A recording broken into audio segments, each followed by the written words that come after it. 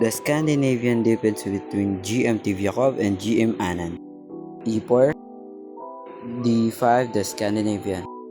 Pawn takes, queen takes, and knight c3, and the queen d6. And an unusual line played by Anand, because the usual line here is queen a5, or simply goes back. But let's continue to the game. Here white plays d4, black plays knight f6, knight f3, c6, and knight e5. According to the book, this move plans to harass the queen or attack the king side by just playing bishop c4. Black plays knight bd7 to neutralize the knight on e5. Then white plays bishop f4 to keep the tension. Knight d5 to pressure the bishop on f4.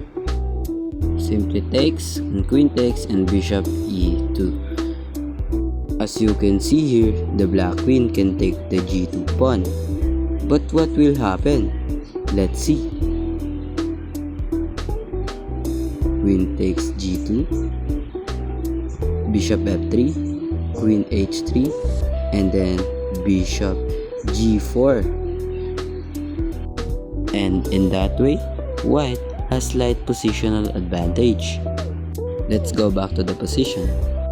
Here black plays knight takes e5, bishop takes e5, and the queen take the g2, bishop f3,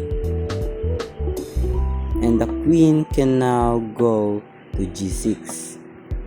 White plays pawn d5. And here, Anand plays a brilliant move, bishop g4. If the white took the bishop, queen e4 check, and it's brutal. If queen e2, the queen can take the rook, and it's brutal. So force king d2 and take the bishop. So here white plays pawn takes c6, pawn takes c6, and queen e2. Here I'm thinking, what if bishop takes f3, queen takes f3, and the queen takes c2? But the engine says simply play bishop c3. So let's go back to the position. Black plays bishop takes f3, queen takes f3, and then rook d8, and rook d1, and then queen e6, and then a castle.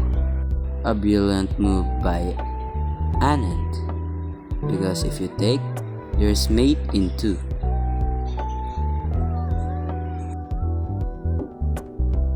So here black plays rook takes d1, rook takes d1. Here another trap, mate in 1.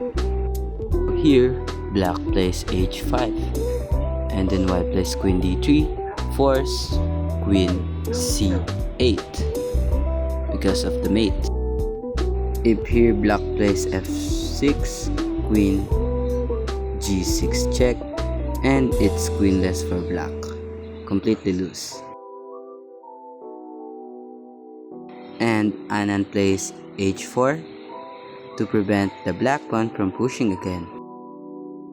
Black plays rook h6, white plays king h2, rook g6, and then bishop g3. This is to prevent any attacks possible on the king side of white. Rook g4, a3, a6, and then rook e1, c5, c3, rook g6. Here, according to Anand, f5 was better for the side of Tiviakov. Here, they continue playing, but it's all drawish. Anand gets a pawn up, but still it's drawish, so they agreed on a draw.